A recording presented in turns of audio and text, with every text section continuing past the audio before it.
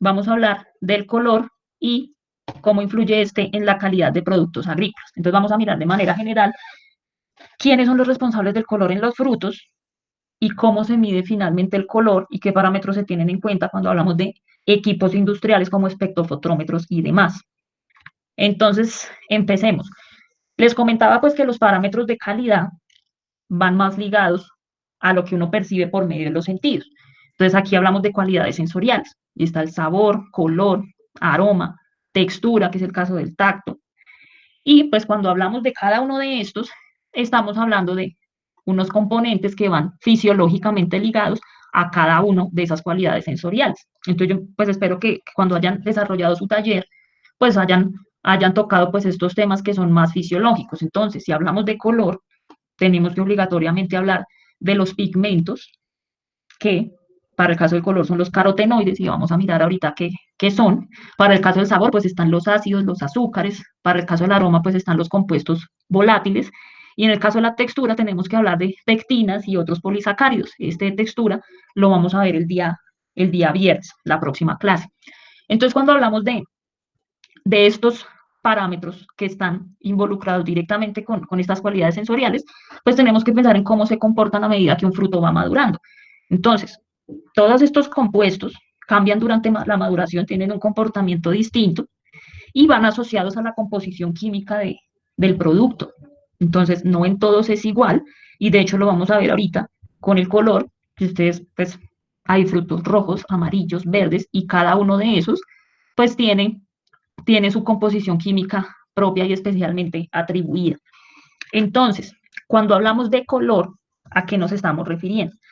Dice, color es el cambio más notorio en algunos productos. De hecho, pues es el que visualmente uno experimenta y es lo que, pues valga la redundancia, a simple vista uno ve, pues el color, que implica un cambio en los pigmentos. Como ya les comentaba, pues hay unos componentes que se llaman los carotenoides y son los que están involucrados o son los responsables de darle el color a las frutas. Y en cada caso hay una mezcla específica de pigmentos. Entonces, lo que podemos ver aquí en esta pequeña imagen es que nosotros tenemos frutas y verduras de diferentes colores y cada uno de estos pues se le atribuye un componente diferente. Entonces, continuando, aquí lo que vemos es una imagen que nos resume de manera visual cuáles son esos pigmentos. Dice, el color de frutas y hortalizas es un parámetro de calidad fundamental. Entonces, les comentaba que tenemos pigmentos que de manera general pues se denominan carotenoides, pero de hecho pues hay varios tipos de pigmentos que son los que dan la coloración. Por ejemplo, la clorofila es el pigmento que da pues la coloración verde y es la que está pues principalmente en hortalizas. ¿Qué pasa con los flavonoides? Estas pues también se conocen como antocianinas y son pues dan un color como azulado. Entonces aquí tenemos, por ejemplo, las fresas, tenemos los arándanos, manzanas, en el caso de flores también. Las betalainas son las que dan el color morado. Entonces, en el caso del color morado tenemos aquí, pues, bueno, algunas flores también. Este es un geranio, si no estoy mal, y aquí tenemos las cerezas. Y aquí tenemos, si no estoy mal, esto es un tubérculo, no recuerdo el nombre, pero entonces las betalainas son las responsables del color morado. Y los carotenoides es como el grupo más grande. Y dentro de los carotenoides, pues tenemos los colores rojos, también tenemos los colores amarillos, y cada uno de ellos, pues, tiene un pigmento específico. Entonces, si hablamos, por ejemplo, de los rojos, estamos hablando del licopeno, que es uno de los carotenoides responsables del color rojo en los tomates. De hecho, creo que del licopeno ya habíamos hablado en las primeras clases cuando hablábamos de maduración del tomate. Entonces, aquí vemos de una manera muy general como el grupo grande de estos pigmentos y pues la coloración que da cada uno en frutas y hortalizas. Entonces yo les comentaba que estos pigmentos pues cambian a medida que el fruto va madurando. Entonces tenemos aquí, en el caso, que esto es como un lima limón o un cítrico, y cuando está en este estado verde, pues estamos hablando que tiene mucha clorofila, que era lo que nos decía Jan ahorita, pues cuando estamos en un estado de inmadurez, las clorofilas son las que están en mayor cantidad. A medida que transcurre el tiempo, se da ese cambio de color y las clorofilas van disminuyendo. Entonces, cuando hablamos de clorofila, tenemos que obligatoriamente hablar de esta estructura que son los cloroplastos. Ahí es donde se sintetiza esta molécula de la clorofila. Y cuando venimos aquí a la maduración, pues entonces ya no hablamos de cloroplastos, sino de los cromoplastos. Entonces, los cromoplastos son como el análogo de los cloroplastos, solo que pues en los cloroplastos se sintetiza la clorofila del color verde, y aquí en los cromoplastos pues es la estructura donde se sintetizan todos estos carotenoides que son los que dan las diferentes coloraciones que ya les había mencionado. Y pues este cambio aquí de verde a amarillo, es decir, de inmaduro a maduro, pues está ligado a todos estos factores. Entonces, hay factores ambientales, nutricionales y hormonales que están, pues, que están involucrados en este paso. Y por ende, pues, tenemos que hablar obligatoriamente de las estructuras celulares donde se da la síntesis de estos pigmentos. Entonces, hablemos de manera general sobre la clorofila. Entonces, recuerden por allá, creo que esto de la clorofila y la fotosíntesis, estos se ven como en morfo, pero entonces aquí lo vamos a retomar de una manera muy general. ¿Qué son las clorofilas? Son los pigmentos más abundantes en la naturaleza, como habíamos mencionado, proporcionan el color verde a las hojas. Entonces aquí vemos la estructura de cómo es la clorofila. Entonces, para recordar un poco, pues aquí está el anillo, dentro del anillo pues está la molécula de magnesio y tiene una cola que se denomina el fitol. Entonces miremos aquí, lo explican de manera general. Dice: la clorofila es una molécula que consiste en un anillo de porfirina, que es este, y dentro de ese anillo hay un magnesio, hay una molécula de magnesio, y es lo que denominan un magnesio quelatado. Entonces, para recordar, pues un quelato es que está unido, que está ligado. Entonces, este anillo está unido a ese anillo de porfirina. Entonces, dicen magnesio quelatado dentro del anillo, y pues está conformado por una larga cola de hidrocarbonos. Entonces, aquí está. Esto es de manera resumida la molécula de la clorofila.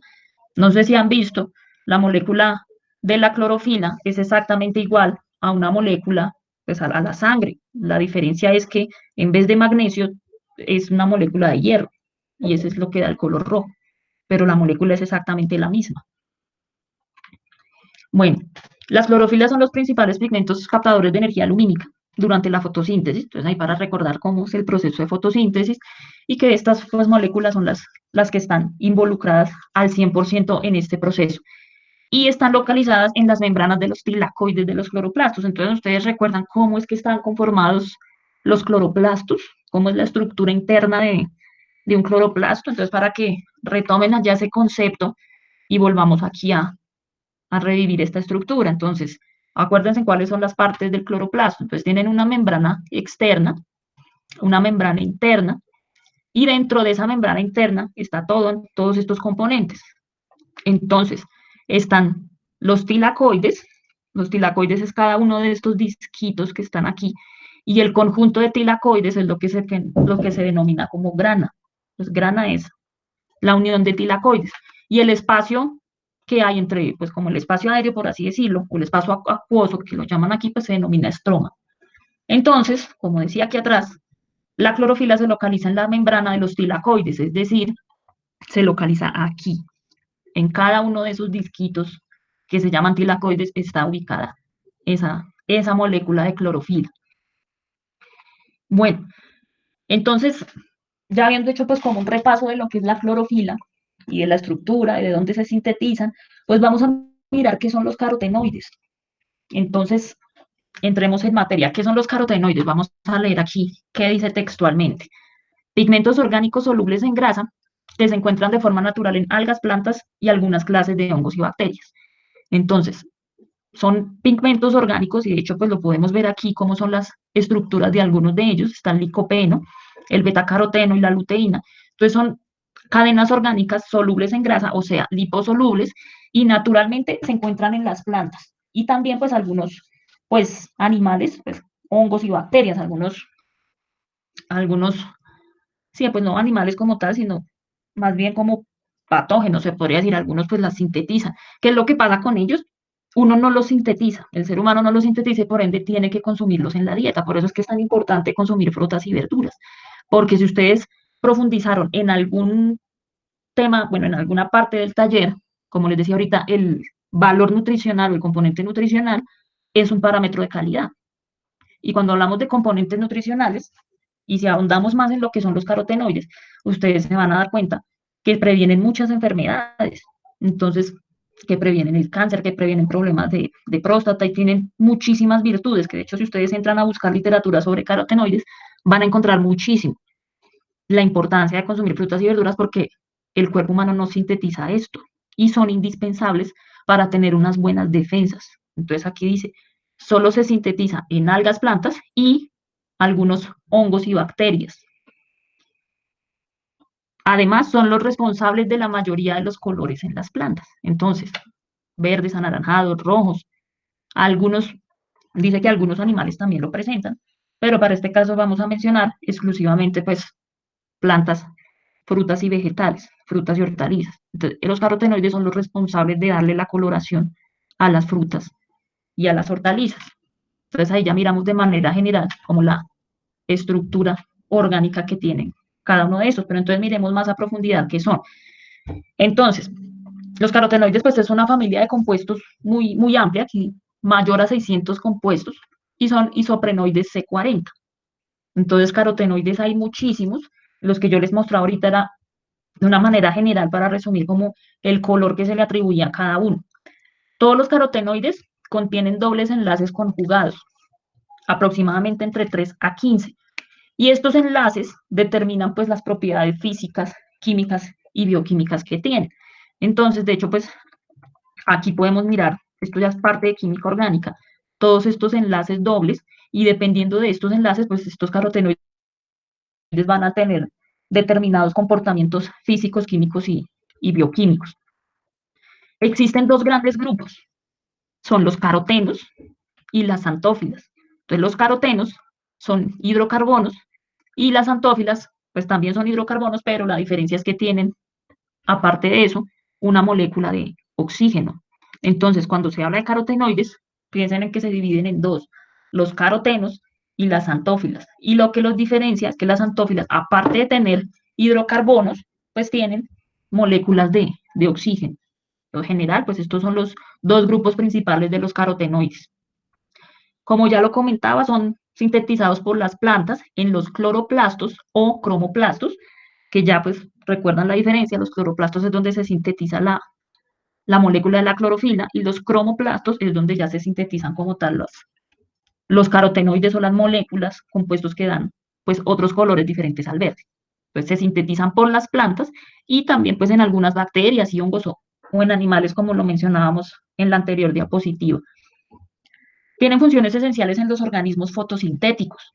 Entonces, para que recuerden, hay algunas algas que son fotosintéticas, entonces, como en estas algas se sintetizan estos compuestos, la función que estos tienen es disipar el exceso de energía lumínica y transferencia de energía a las clorofilas.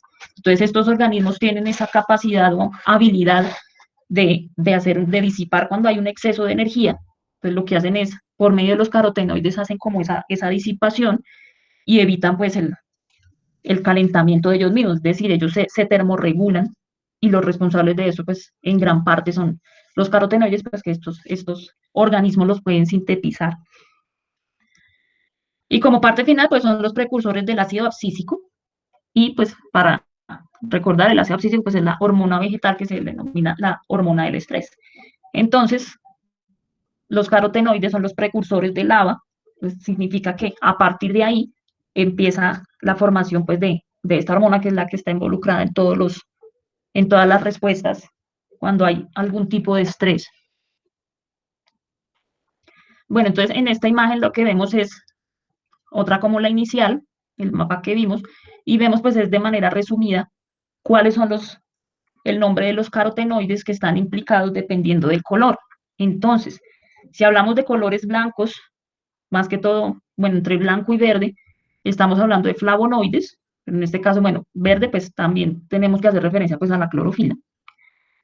Y aquí pues dice los efectos saludables, entonces, bueno, efecto, protección celular, disminución del colesterol. Si hablamos de colores azules o rojos oscuros, ya hablamos de antocianinas, entonces aquí están las groselas, los arándanos, las ciruelas, las cerezas. ¿Qué efecto tiene? Bueno, aumenta el flujo sanguíneo, disminuye la inflamación vascular, entonces ahí está la importancia del por qué es necesario consumir esto en la dieta. Colores rojos, ya los hemos mencionado bastante, pues está el licopeno. dice prevención de enfermedades vasculares y disminuye el riesgo de cáncer de próstata. Entonces, por eso es que no sé si ustedes hayan escuchado en alguna ocasión que hablan de la campaña 5 al día y están todos estos colores y habla de que uno tiene que consumir mínimo 5 raciones de todos estos colores al día para tener pues un buen régimen de estos componentes. Si hablamos de colores naranjas, hablamos de los beta-carotenos y está la zanahoria, calabaza, mango. Y de colores amarillos, pues están los cítricos. Ahí hablamos como tal de los carotenoides. Naranja, mandarina, piña, melocotón. Entonces, esto es igual de una manera muy general. ¿Cuáles son los pigmentos específicos para cada color y en qué frutos se pueden encontrar? Entonces, por ejemplo, en el caso de la fresa, por el hecho de ser rojo, uno tendería a pensar que tiene licopeno, pero no, el caso de la fresa, pues son antocianinas que están más involucradas con ese color azul, rojo y oscuro. No significa, por ejemplo, que si yo tengo un fruto determinado, por ejemplo, mango, no significa que de pronto no tenga antocianinas. O sea, cada uno puede tener de otro componente, pero lo que pasa es que está en una menor cantidad. Y el que está en mayor cantidad, pues es el que le da ese color característico que tenga. Entonces, una vez más, esto es una tabla resumen para que tengan en cuenta pues todos los colores que se dan y pues los componentes que están involucrados en cada coloración. Entonces, vamos a hablar de la caracterización de los carotenoides. Entonces, cuando uno habla de caracterización, se refiere al comportamiento que tienen estos en la maduración. Y vamos a ver en este caso tres comportamientos diferentes dependiendo de los frutos. Entonces, cuando hablamos de maduración, dicen, en general los patrones de variación de los carotenoides se pueden clasificar en 3 grupos cuando nos referimos a maduración. ¿Cuál es el primero? Este, continuo descenso de carotenoides durante la maduración. ¿Qué significa esto? Aquí tenemos 2 casos.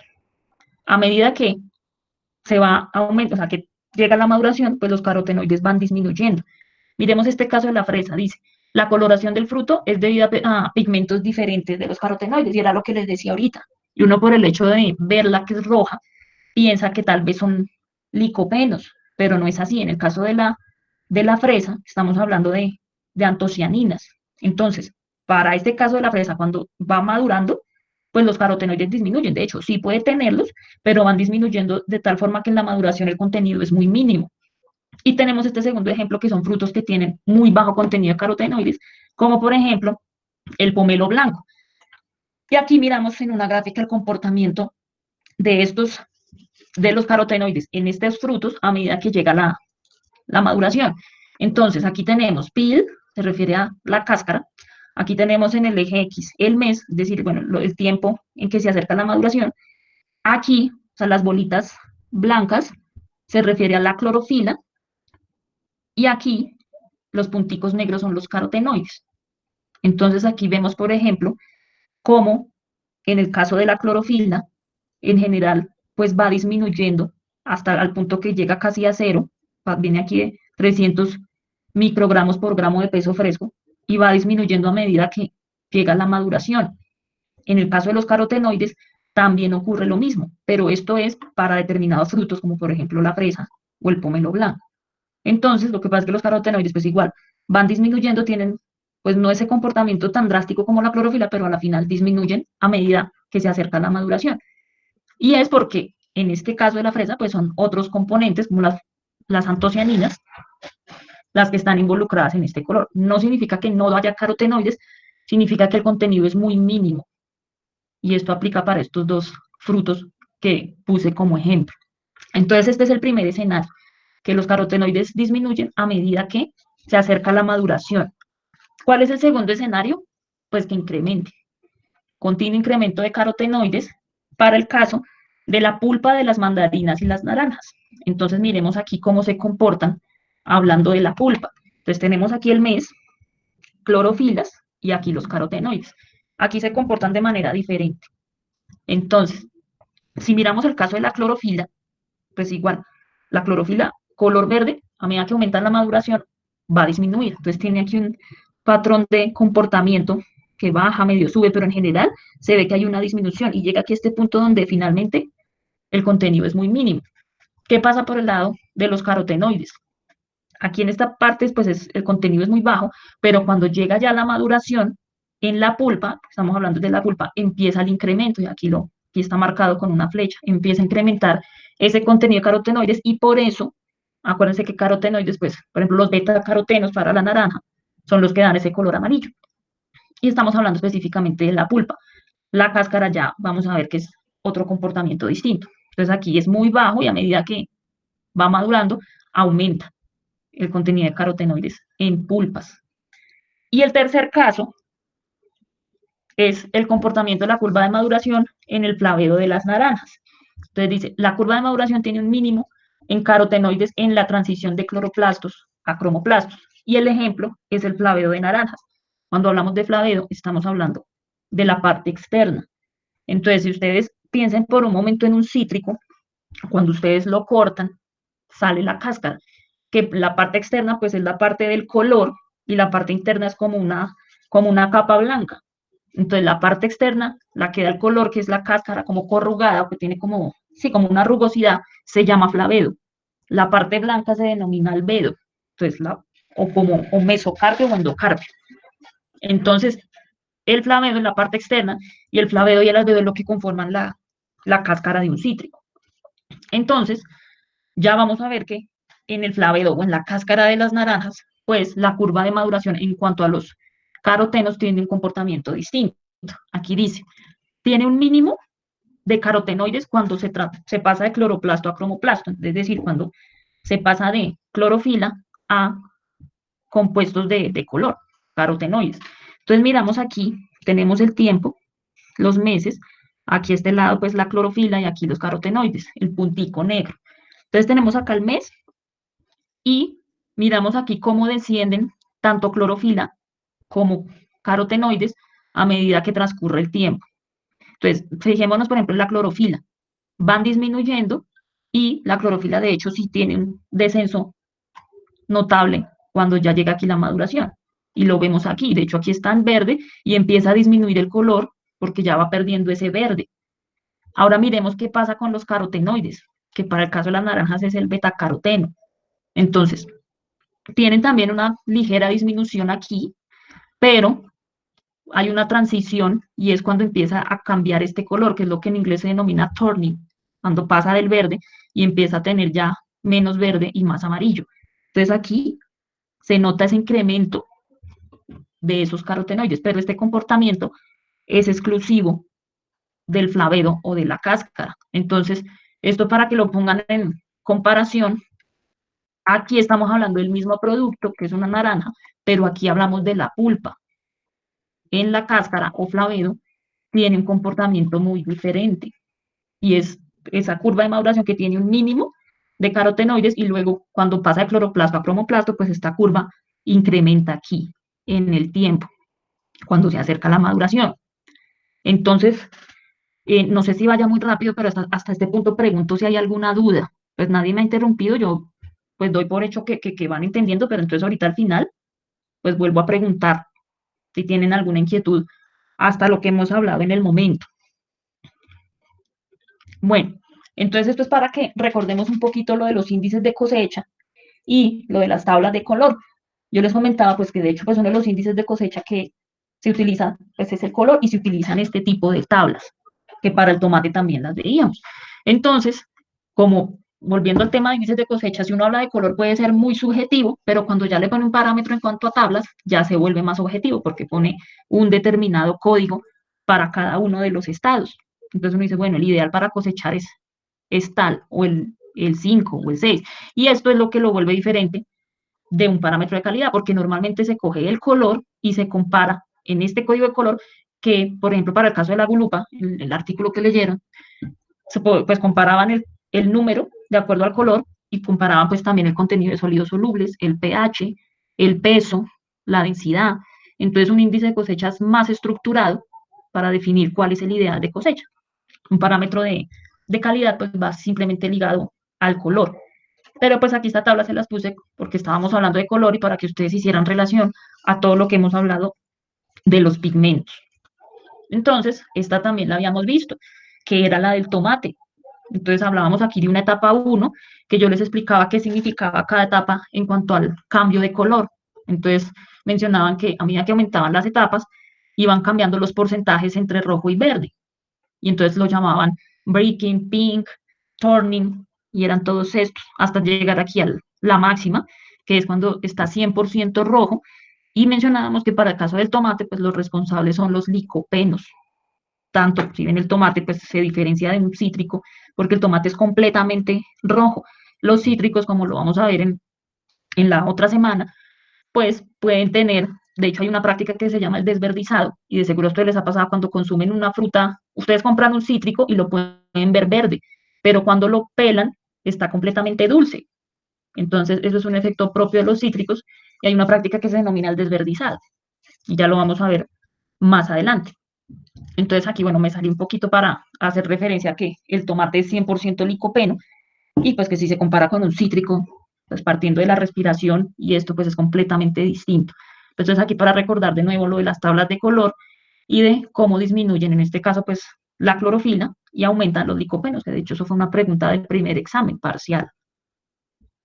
Bueno, aquí vamos a ver algunas gráficas de lo que les comentaba, de cómo se comportan pues estos pigmentos en función al tiempo. Entonces miremos por ejemplo esta.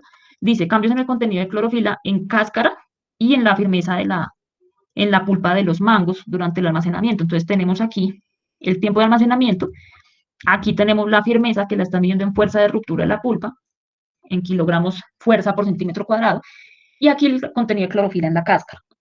Entonces, lo que vemos aquí es que el contenido de clorofila pues va a disminuir a medida que transcurre pues el tiempo de almacenamiento.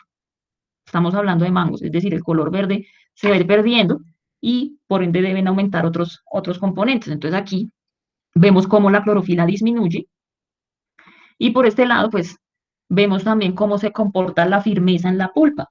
Entonces ya lo vamos a ver cuando hablemos de textura, que pues igual a medida que transcurre el tiempo en almacenamiento, pues la firmeza se va a ir perdiendo. Entonces ya la fuerza que yo voy a tener que hacerle es mucho menor que cuando estamos hablando de un tiempo cero. Y ya luego vamos a ver fisiológicamente qué ocurre cuando hablamos de firmeza y de textura. Miremos aquí para el caso del banano y del mango, dice, cambios en los niveles de pigmentación de bananos durante una maduración a 20 grados, de 20 a 35 grados. Las frutas se expusieron a 1000 partes por millón de etileno antes de madurarse en el aire normal o en el ambiente normal. Entonces tenemos aquí el tiempo de almacenamiento y el comportamiento de clorofila y carotenoides. Entonces, si miramos el caso de la clorofila, vemos que tanto para el banano como para el mango, pues la clorofila disminuyó a medida que transcurrió el tiempo. Y aquí vemos que los carotenoides, pues para el caso del banano, fueron muy mínimos, o sea, el cambio fue, no hubo cambio, y para el caso del mango pues hubo un ligero incremento, pero entonces tampoco es que los carotenoides hayan incrementado, como lo vimos en el caso del tomate, si esto fueran licopenos, era completamente lo contrario. Entonces esto nos permite pensar que en el caso de bananos y mangos hay otros componentes u otros pigmentos que están involucrados en su coloración. Bueno, y esta es una tabla que nos indica pues cómo los cambios cuantitativos en los carotenoides cuando estamos hablando como tal de la cáscara de bananos maduros. Entonces aquí se miden los carotenoides y, bueno, para que observen pues todos los tipos de carotenoides que hay, está el alfa-caroteno, beta-caroteno, luteína, luteosantina, etcétera. Y se observa pues aquí los cambios que tienen o el contenido que hay dependiendo de la etapa de madurez. Entonces, si estamos hablando de un verde, cuando las cáscaras o los bananos están verdes, pues tenemos aquí un alto contenido de luteínas, alfa y beta carotenos. Si miramos aquí, pues el amarillo, tenemos, por ejemplo, una menor cantidad de alfa carotenos y de beta carotenos comparados con el verde. Igualmente aquí con estos otros carotenoides que están en menor proporción. Entonces era lo que les decía en un principio, no significa que los frutos tengan solo un carotenoide exclusivo, ¿no? Pueden tener, de hecho pueden tenerlos todos, pero la concentración va a ser muy mínima. En el caso pues del banano, pues si hablamos aquí de la cáscara, vemos que lo que más tienen es alfa, beta carotenos y luteína y neosantina. Los otros efectivamente también tienen, pero son en menores cantidades. Bueno, entonces voy a continuar entonces ya para ir finalizando, Entonces vamos a mirar como tal qué es el color. Entonces, ¿qué es el color? Es una sensación percibida por los ojos, que son producidas pues por los rayos de luz. Eso es, en palabras mínimas, lo que significa el color. ¿De qué depende? Pues de la longitud de onda y de las características del órgano receptor. Entonces, esto nos lleva a pensar en este famoso espectro electromagnético, que de hecho lo deben tener muy claro. Depende de la longitud de onda y si recordamos, pues nosotros tenemos aquí un rango de luz visible para nosotros y está entre, bueno, aquí está al revés, pero es igual, 400 nanómetros y 700 nanómetros. Y es esta partecita aquí del espectro la que uno puede ver y es lo que se denomina luz visible. Entonces, si ya nos vamos a más de 700 nanómetros, vamos a encontrar el infrarrojo, las ondas de radio, televisión, microondas, que esas pues ya no son visibles al ojo humano. Y si nos vamos a menor a 400, estamos hablando de los rayos UV, los rayos X, que esos son los rayos más nocivos y los que pueden tener efectos cancerígenos. Entonces nosotros nos movemos en este rango, de 400 a 700 nanómetros. Y ahí pues la luz se descompone en varios colores. Entonces, vamos a mencionar qué son los espacios de color. Cuando hablamos de un espacio de color, y para entrar ya en este tema, se refiere a coger todo lo que significa, a todos los rayos de luz que conforman el color y ponerlo en un plano cartesiano. Y eso es lo que se conoce como espacio de color CIE, X, Y, Z. Entonces es como si uno tuviera un plano tridimensional. Cuando hablamos de un plano cartesiano tridimensional, hablamos de X, Y y Z. Y es como si ese color lo pusiéramos en ese plano, es decir, descomponer el color en todas sus dimensiones posibles y darle valores a, a, cada, a cada coordenada que tiene, pues que se le puede asignar como tal al color. Entonces, vamos a mirar de manera general qué es esto. Cuando hablamos de los componentes de color, decimos que en el año 1905, hace rato ya, Munsell identificó los componentes del color. Entonces, en el control de lectura, de hecho, había una pregunta de cómo se medía el color, pues no recuerdo en qué fruto era, pero entonces la respuesta era por las tablas de Munsell. Creo que ninguno se equivocó en esa pregunta. Entonces, en ese año, este señor Munsell identificó los componentes de color, que son tres: tono, valor y croma. ¿A qué se refiere cada uno de ellos? Cuando hablamos del tono, estamos hablando del tipo de color, si es amarillo, si es rojo, si es azul, ese es el tono.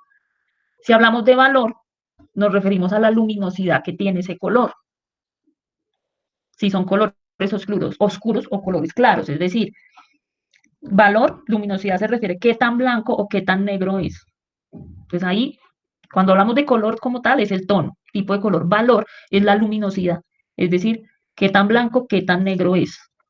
Y el croma se refiere a la fuerza o a la intensidad de ese color. Entonces, esos son los componentes. Primero el tono, que me dice es amarillo, es azul, es rojo. El valor, qué tan luminoso es decir, si es más claro, más oscuro, más blanco, más negro. Y el croma, pues es la fuerza e intensidad que tiene ese tono, ese color. Esos son los componentes de color y esos fueron los que al descomponerlos se colocaron en un plano cartesiano y se les empezaron a dar valores. Entonces vamos a mirar un poquito esos espacios y coordenadas. Entonces, vamos a hablar de las coordenadas CIELAB. ¿Qué dice aquí? Dice, son un sistema de coordenadas colorimétricas que se obtienen a partir de una transformación matemática de un sistema colorimétrico. Es decir, son las coordenadas que les había comentado, que por lo general son X, Y, Z, y se obtienen simplemente por una transformación matemática y de estos valores triestímulos. Los valores triestímulos son los que se les dan a cada eje y permiten una mejor consistencia con una percepción visual, generando un sistema tridimensional de colores opuestos. Entonces, de manera resumida, pues estas coordenadas simplemente son un espacio tridimensional donde por medio de transformaciones matemáticas se le asignaron valores a cada uno de los componentes de color. Entonces, cuando se le asignan esos valores a esos componentes, se genera pues este sistema 3D de colores opuestos. La suma de todos estos me da finalmente el color que yo veo o el que finalmente perciben mis ojos. ¿Qué son los valores triestímulo que se mencionaban aquí? Dice, los valores triestímulo, que se pueden denominar X, Y y Z, son derivados de datos espectrales y son la base para todos los cálculos colorimétricos. Dependen de varios factores, entre ellos está pues el ángulo de observación, la longitud de onda, etcétera. Básicamente, pues esos son los dos principales. Pero entonces, resumiendo, pues estos valores son los que se obtienen de esos datos de los espectros, los llaman datos espectrales, y son la base de todos los cálculos colorimétricos. De hecho, pues hay unas fórmulas que son las que a mí me permiten colocarle valores a eso, pero entonces yo ahorita pues les paso la página de internet para que profundicen más este tema de espacios y coordenadas cuando estamos hablando de descomponer el color en sus tonalidades. Entonces hablemos como tal del sistema CIELAB. Entonces les comentaba, es un sistema cartesiano con tres componentes, entonces aquí los denominan L, A y B.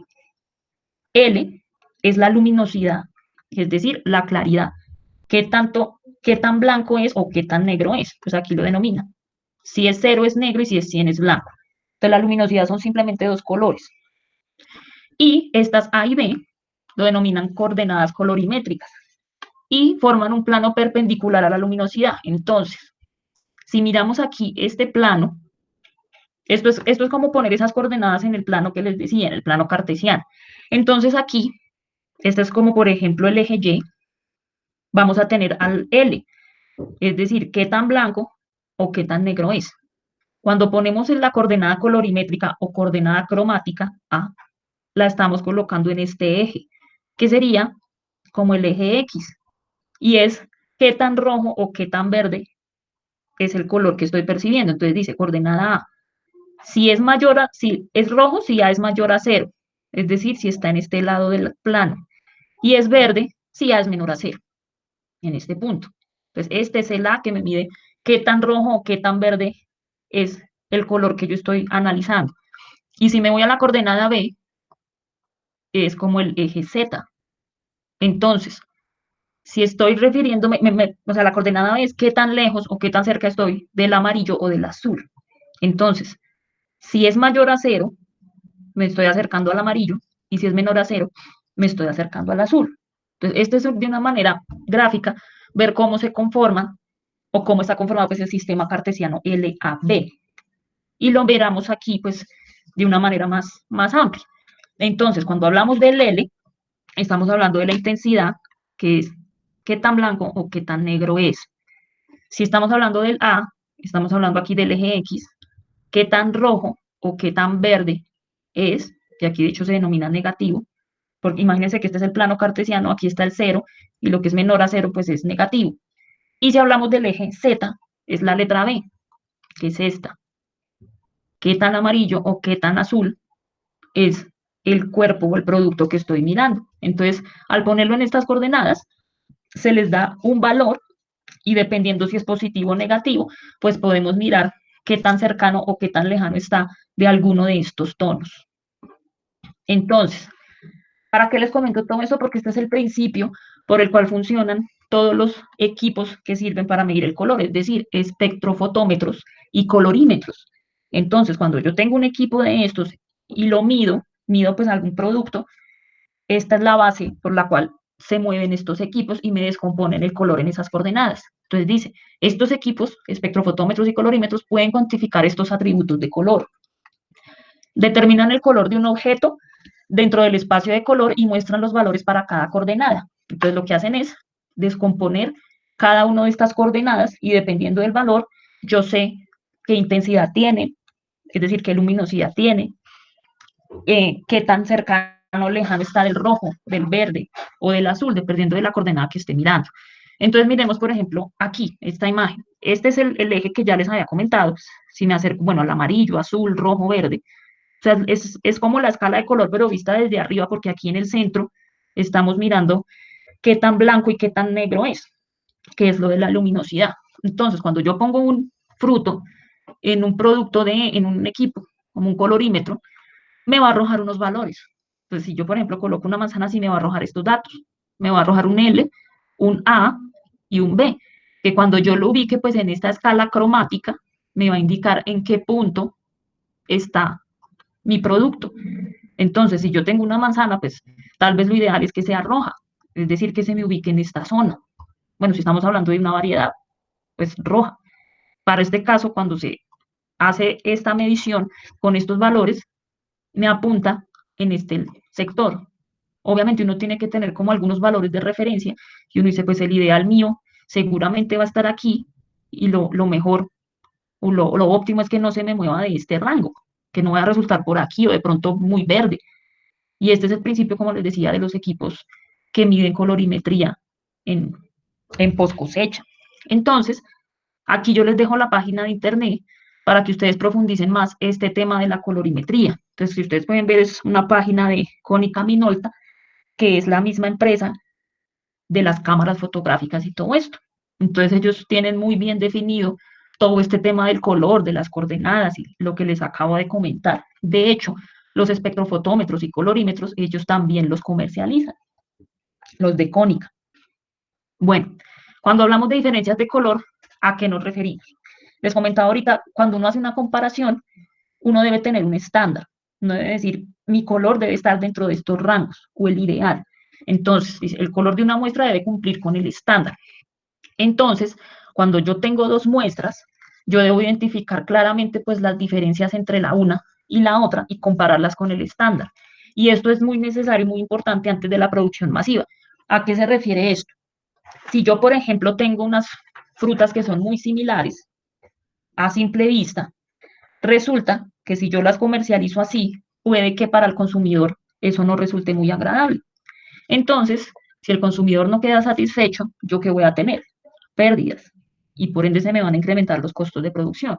Entonces, por esto es pues muy importante, incluso el color tiende a ser muy subjetivo si uno pone a una persona a escoger y dice, bueno, para mí estas son iguales, pero precisamente estos equipos están para sesgar y para disminuir pues esas diferencias y por eso es necesario que yo tenga un estándar, que eso es lo que me da las tablas de color. Digo, yo tengo este color y que cuando lo ubico pues en esa escala de coordenadas debe estar en estos valores. Entonces, miremoslo aquí de una manera más gráfica. Yo tengo aquí dos manzanas. Si yo se las, o sea, si yo las veo, digo, no, hay una que es como más oscurita que otra. ¿Qué es lo que yo busco? Que la muestra que yo ponga, que yo mida, cumpla con mi estándar. Entonces, yo estándar, sea X estado de madurez, por ejemplo, el 4, y que tenga unos determinados valores. Cuando yo mido mis muestras, deben acercarse lo mejor posible pues a mi estándar. Y así yo evito pues esas diferencias de color que, como les digo, pueden llevar pues a una insatisfacción por parte del consumidor. Entonces, si miramos aquí estas dos manzanas, vamos a ver que tienen diferencias. De hecho, pues esta se ve como más oscura y esta como más clarita. Pero claro, si yo digo, no, esta es más oscura o más clarita, pues eso es algo muy subjetivo. Y ahí es donde viene la importancia de estos equipos, del espectrofotómetro. Y ellos lo que hacen es medirme estos valores del color en la coordenada y me miden unos deltas. Y aquí están más explicados. Aquí ustedes ven diferencia de color LAB y hay unos deltas. Entonces, si vemos el delta L, significa diferencia en luz y oscuridad. Entonces, aquí era lo que les indicaba del signo. Si es positivo, significa que es más luminoso, es decir, más blanco, y si es negativo, es más oscuro. Y estos equipos todos lo miden así. El delta A es la diferencia en rojo y verde. Positivo, si es más rojo, negativo, si es más verde.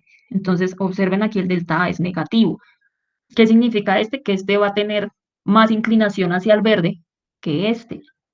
Y aparentemente se ven iguales, pero por la tonalidad yo ya veo que este se me está alejando un poco de mi estándar. Miremos el B, diferencia en amarillo y azul. Positivo más amarillo, negativo más azul. Bueno, aquí está positivo.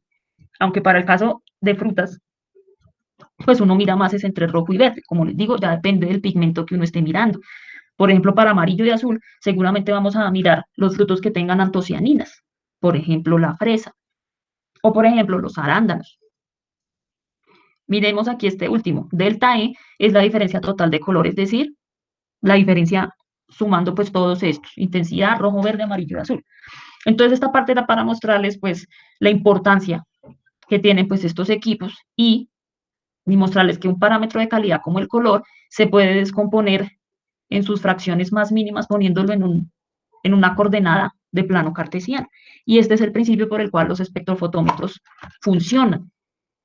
Entonces aquí vemos cómo es que son esos espectrofotómetros. De hecho, esto lo comercializa, como les comentaba, la casa Konica Minolta, que es la misma de las cámaras fotográficas. Entonces lo que hacen es poner como una pistolita, como se ve aquí, sobre la superficie del fruto. Y el equipo tiene aquí una pantalla donde me desglosa el color. Y aquí vemos, de hecho, el plano cartesiano que veíamos ahorita. Y lo que hace es desglosarse. Entonces yo debo tener una muestra de referencia o el estándar, que yo ya lo he configurado previamente, y mido todos los frutos y miro qué tanto se me están alejando del color referencia que yo he definido. Eso es, pues con base en el índice de madurez que yo dije, este es el ideal, presenta este color con estas coordenadas y así es como yo mido todos los frutos. Y de hecho, pues es un procedimiento no destructivo, porque simplemente es como hacerle una ecografía al fruto. Se le pasa esta pistolita aquí que le mide el color. Entonces, pues eso era de manera general lo que les quería mostrar